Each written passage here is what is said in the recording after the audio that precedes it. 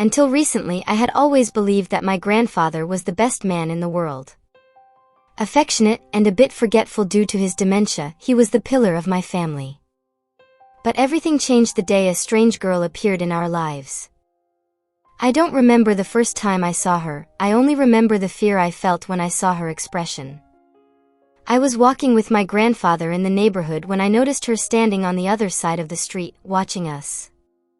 What scared me the most wasn't her presence, but the intensity of her gaze. There was hatred in her eyes, a deep and terrible hatred that seemed directed solely at my grandfather. I tried to convince myself that perhaps she was just a person with mental issues. The second time I saw her, everything became much clearer yet darker. It was a sunny day and I had decided to accompany my grandfather to the garden to get some sunlight. He was sitting in his favorite chair when I noticed that the same girl was beside him, almost clinging to him. I froze for a moment when I saw that she was holding a knife and bringing it dangerously close to his neck. I ran towards her, but when I tried to grab her, my hands found no resistance. It was as if she was made of air.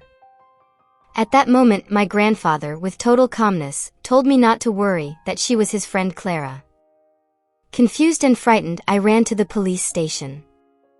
I described the girl with all the details I remembered and mentioned the name my grandfather had used, Clara. The officer in charge turned pale and told me that was impossible. Clara Dominguez had disappeared many years ago in our town and had been declared dead after a long unsuccessful search. I returned home with my heart racing. I found my grandfather in his bed, unconscious. He had taken an overdose of his medications, and beside the bed, there was a note that read, "He killed me, now it's his time, he has lived long enough, he never paid for what he did." Days later, still in shock and searching for answers, I spoke with my mother. With a steady voice and without hesitation, she told me about a girl who had disappeared years ago, right in our town. She was well known to everyone and there were rumors that she was pregnant. Some said that the baby's father was my grandfather, who back then, although married, had been very different from the man I knew. Everything started to make sense, but in a way that I would have preferred never to discover. Now looking back, I realize that appearances can be deeply deceiving and that family truths can be darker than one might imagine.